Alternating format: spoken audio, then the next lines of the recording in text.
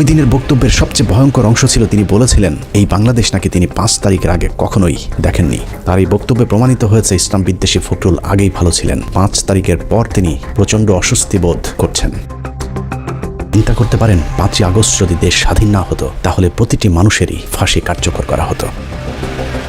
নাটক সাজিয়েছিল তার জবাব তাদেরকে দিতে হবে। দ্রুত 21শে আগস্ট মামলার পুনঃতদন্ত শুরু করে জজ মিয়া এবং প্রথম আলোর যেসব সাংবাদিক এই দেশবিরোধী ভয়ঙ্কর চক্রান্তের সাথে জড়িত তাদেরকে গ্রেফতার করে আইনের আওতায় আনতে হবে।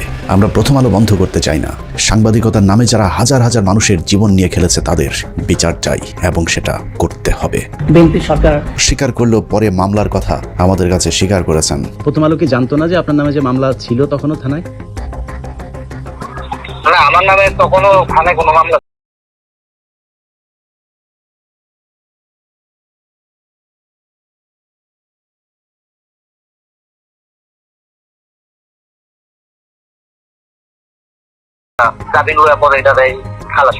আর ওই যে তেজগাঁ থানার মামলা, ওইটা ওই গুলশান থানার মামলাটা, ওই হত্যা মামলাটা, ওটা তো ভাই আমার নামে তার মামলাটা ভাই করতেছেন।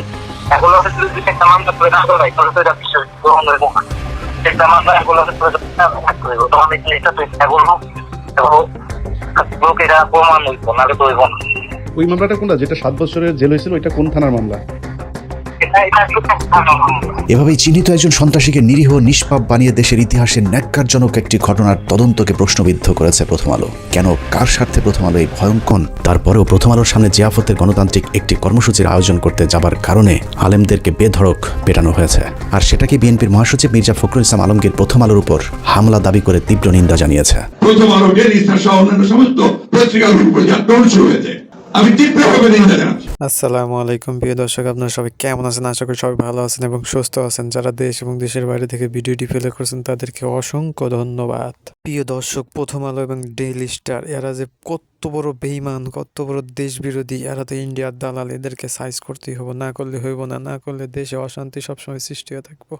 প্রিয় দর্শক, এই বিষয়ে আমাদের কাছে অনেক সুন্দর একটা ভিডিও আছে, চলুন এই বিষয়ে আমরা বিস্তারিত দেখব। এদিকে বিএনপির মির্জা ফখরুল ইসলাম আলমগীর কিভাবে সে ডেইলি স্টারের পক্ষ নেয়, যে আমাদেরকে মারে, যে আমাদের বিরুদ্ধে কথা বলে, সে কিভাবে এইভাবে পক্ষ নিল ডেইলি স্টারের আর প্রথম আলোর, এরও বিচার হওয়া দরকার আমার হিসাবে। এইদিকে আমাদের ইলিয়াস ভাই তো মির্জা ফখরুল ইসলাম আলমগীরের লুঙ্গি কাঁচা সব কিছু খুলে দিয়েছে। চলুন এই বিষয়ে আমরা বিস্তারিত দেখি, কথা না বাড়িয়ে চলুন শুরু করা যাক। তরফে জজ মিয়ার সাথে কথা বলে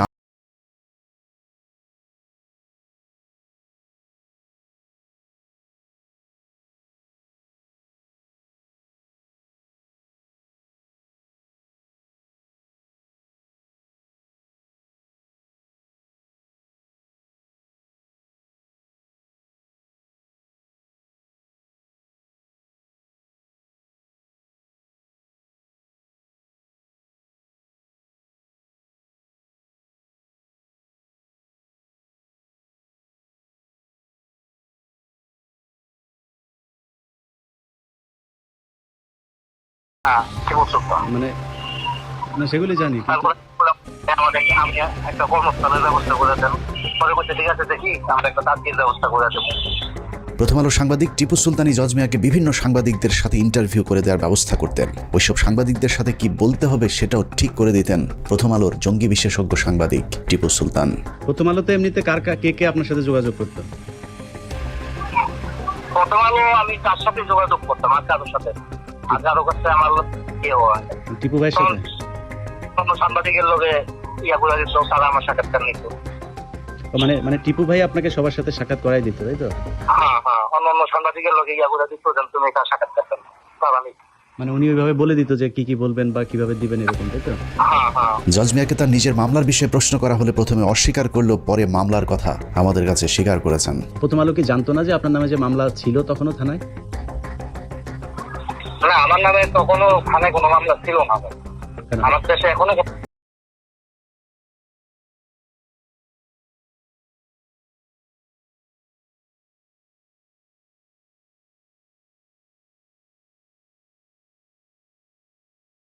যে তেজগাঁ থানার মামলা, ওইটা ওই গুলশান থানার মামলাটা, ওই হত্যা মামলাটা, ওটা তো ভাই আমার নামে তার মামলাটা ইয়া করতেছেন। এগুলো যদি একটা মামলা করে না হয় তাহলে তো এটা বিষয় গ্রহণ হইব না। একটা মামলা এগুলো তখন এটা তো এগুলো লোকে যা প্রমাণ হইতো, নাহলে তো হইব না। ওই মামলাটা কোনটা, যেটা 7 বছরের জেল হয়েছিল, এটা কোন থানার মামলা?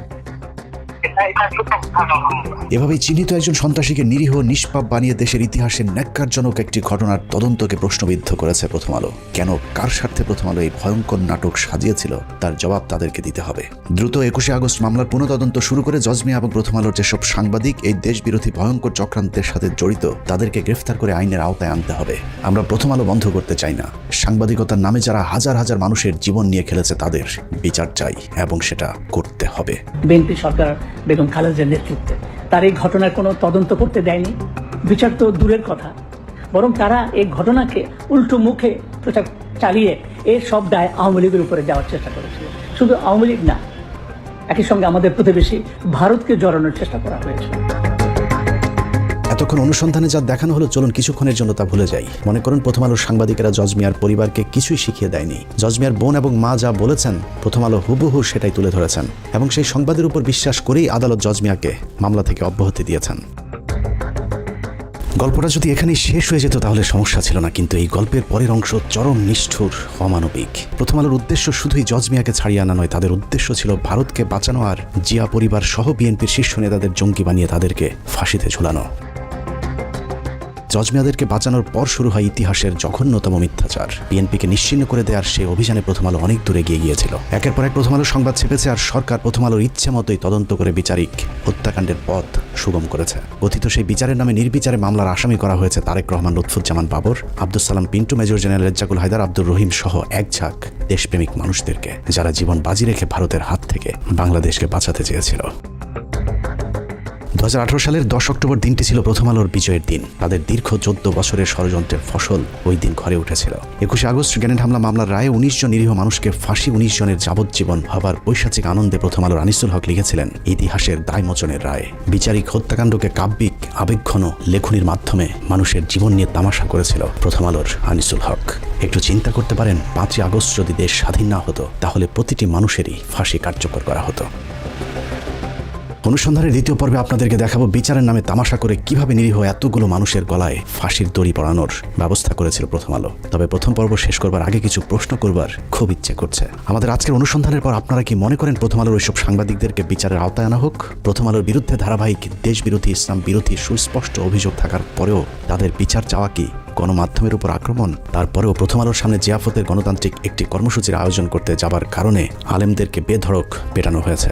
আর সেটাকে বিএনপির মহাসচিব মির্জা ফখরুল ইসলাম আলমগীর প্রথম আলোর উপর হামলা দাবি করে তীব্র নিন্দা জানিয়েছে। প্রথম আলো, ডেইলি স্টার সহ অন্যান্য সমস্ত পত্রিকাগুলোর উপর যে আক্রমণ শুরু হয়েছে, আমি তীব্রভাবে নিন্দা জানাচ্ছি। মির্জা ফখরুলের ওই দিনের বক্তব্যের সবচেয়ে ভয়ঙ্কর অংশ ছিল তিনি বলেছিলেন এই বাংলাদেশ নাকি তিনি 5 তারিখের আগে কখনোই দেখেননি। তার এই বক্তব্যে প্রমাণিত হয়েছে ইসলাম বিদ্বেষী ফখরুল আগেই ভালো ছিলেন। 5 তারিখের পর তিনি প্রচণ্ড অস্বস্তি বোধ করছেন।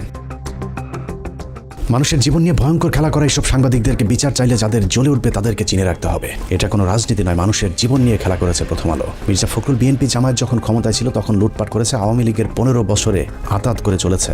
সাধারণ বিএনপির কর্মীরা যখন জেলে গিয়েছে, গুলি খেয়েছে, মির্জা ফখরুল ইসলাম আলমগীর তখন বাংলাদেশ থেকে টাকা পাচার করে অস্ট্রেলিয়াতে নিজের মেয়ে আর মেয়ে জামাইকে আলিশান জীবন যাপন করার নিশ্চয়তা দিয়েছেন। মির্জা ফখরুল সামনে বিএনপি ক্ষমতা এলে আবারও লুটপাট করবে, এটা চোখ বন্ধ করে বলে দিতে পারি। আবার যদি কখনো আওয়ামী লীগ ক্ষমতায় আসে তারপরেও ফখরুলের কিছুই হবে না, কারণ সেই পথটাও তিনি আগে ভাগেই খোলা রেখেছেন। শেখ মুজিবুর রহমানের যে মূর্তিটা ছিল সেই মূর্তিকে দড়ি বেঁধে টেনে ইঁচড়ে ফেলে দিই। তিনি তো আমাদের নেতা ছিলেন, খারাপ লেগেছে। মাত্র 2 বান্ডেল টাকার জন্য মির্জা ফখরুল যেভাবে প্রথম আলোর 5 এটেছে, আর কিছু টাকা দিলে এরা দেশকেও বিক্রি করে দিতে পারে। অতএব মির্জা ফখরুলের মতো দুর্নীতিবাজ, ভারতীয় দালালদের মতো যেসব রাজনীতিবিদ প্রথম আলো ডেইলি স্টারের পাশে দাঁড়াবে তাদেরকেও এদেশের মানুষ শত্রু হিসেবেই চিহ্নিত করবে। কে বিএনপি আর জামায়াত করে দেখার একদম সময় নেই। প্রথম আলো ডেইলি স্টারের পাশে যে দাঁড়াবে তার বিরুদ্ধেই লড়াই চলবে। যে বাংলাদেশে মতিউর আনিসুল, টিপু সুলতান আর মহিউদ্দিনরা মুক্ত বাতাসে থাকবে, সেই বাংলাদেশ কখনোই স্বাধীন থাকতে পারে না।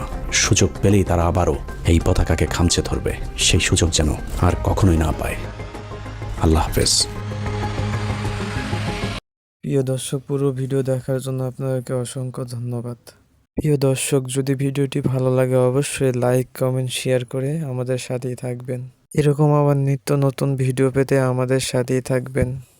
সত্য কথা, 5 তারিখে যদি দেশটা স্বাধীন না হতো তাহলে 19 জন মানুষের নির্ঘাত ফাঁসি হইতো। এটা শেখ হাসিনা তো খুব খুশি হইতো। ভিডিওর বিষয়ে আপনার মূল্যবান মতামত অবশ্যই কমেন্ট করে জানাবেন। আপনারা কোন ধরনের ভিডিও চান আমাদেরকে জানাবেন কমেন্টে। আমরা সেই ধরনের ভিডিও নিয়ে আসার চেষ্টা করবো ইনশাল্লাহ। সবাই ভালো থাকবেন, সুস্থ থাকবেন। আল্লাহ হাফেজ।